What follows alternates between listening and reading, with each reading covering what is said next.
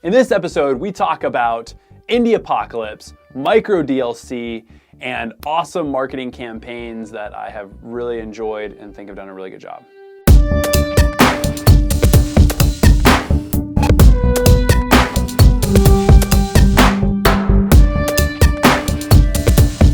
Taylor asks, what game do you know have had the best marketing promotion events and why? Great question. I am a huge fan of mobile games, so I would say the best game that's done the best marketing has been Clash of Clans. Personally, I play Clash of Clans. I've been playing Clash of Clans for 2.5 years, I think now. I'm not necessarily sad to admit that, but I'm also not proud to admit that. But they've done an amazing job with marketing their game, getting people in. They did a big promotion during the Super Bowl. They used Liam Neeson in their ads. They've used a ton of actors in their ads. They've done a really good job.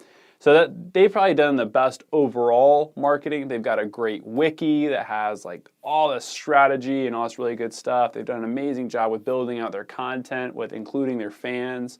So overall marketing, they've done the best.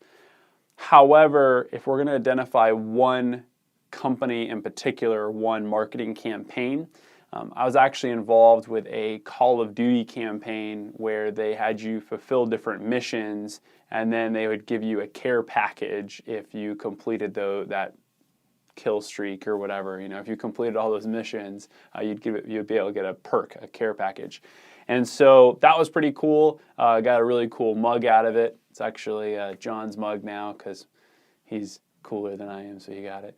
But no, so anyway, so I think that was probably the coolest marketing campaign I've seen, is they used elements of the game to try to bring people in real life.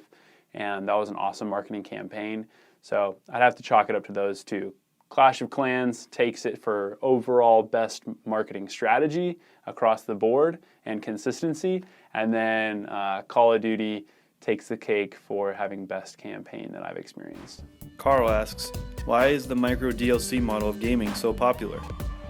So micro DLC, which for those who don't know what DLC stands for, that stands for downloadable content. Micro DLC, or small amounts of downloadable content, why it's popular. First, let me back up and explain what that actually means. So in the past, you would buy a disc. You would buy a disc that was your game. You would install that disc in your computer. It would download on the computer, and that was the game you had. If they came out with a new version, new maps, new characters, whatever, that would be an expansion disc that they usually sold separate.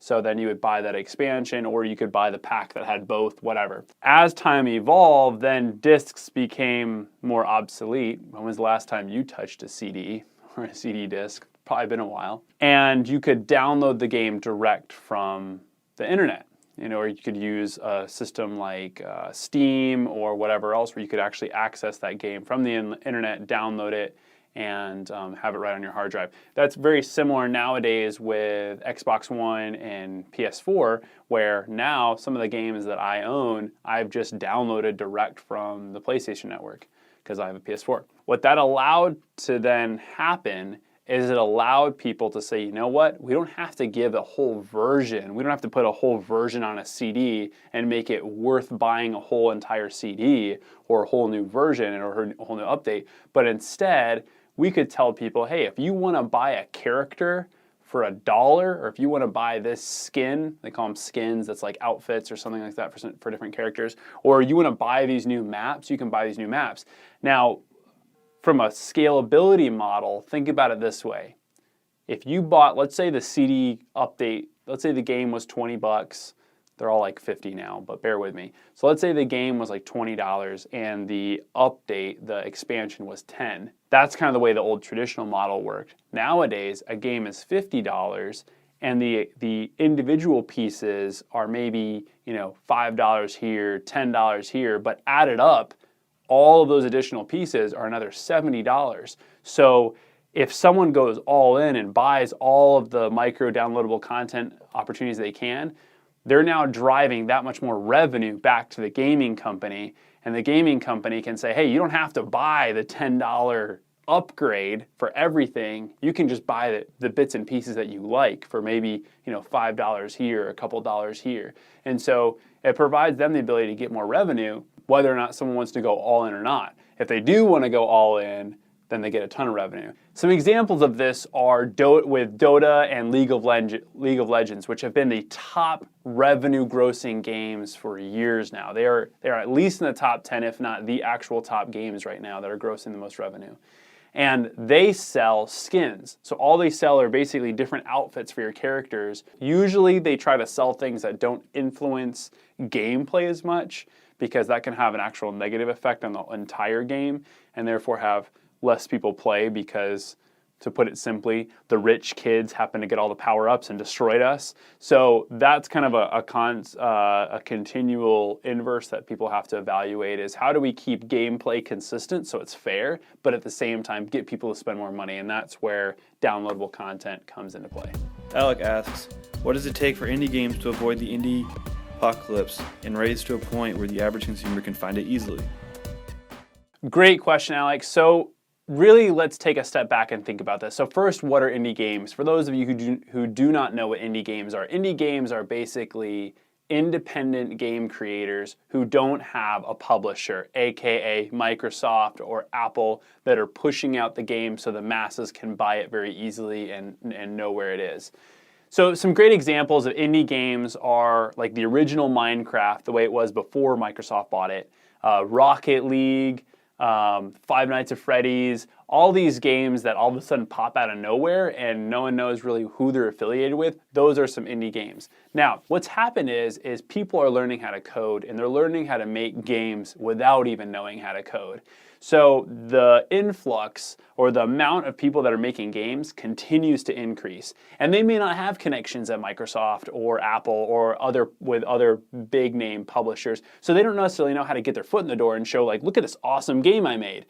So a lot of them are making really cool games for themselves and then putting them out there. And with use of communities like Kickstarter or Indiegogo or some of these other communities, they get their game published because enough people start seeing it and they get their game recognized because they've created this little mini fan base around the game. This is very, very similar to writing. If you think about the old days, not everyone knew how to write. It was only the rich people that knew how to read and write because they could afford it. So they were working in fields trying to provide food and everything like that.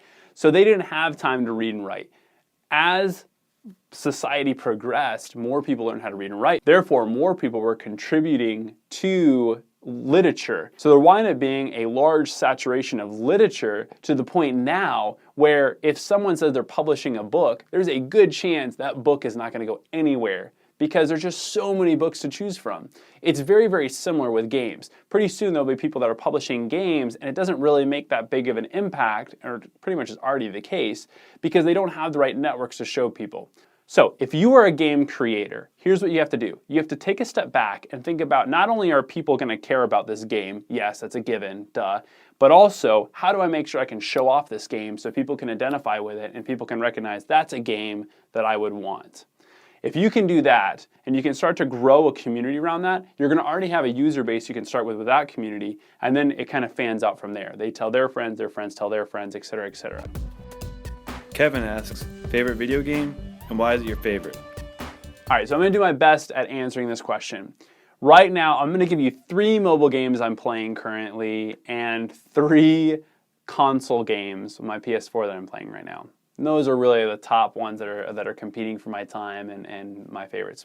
So my favorite mobile games are Clash of Clans, Alto, which is A-L-T-O, and Catan, which is actually a board game, but I have the mobile version on my phone, and so it's a lot of fun to play. The next 3 are on console. Battlefront, Star Wars Battlefront, obviously, for many reasons.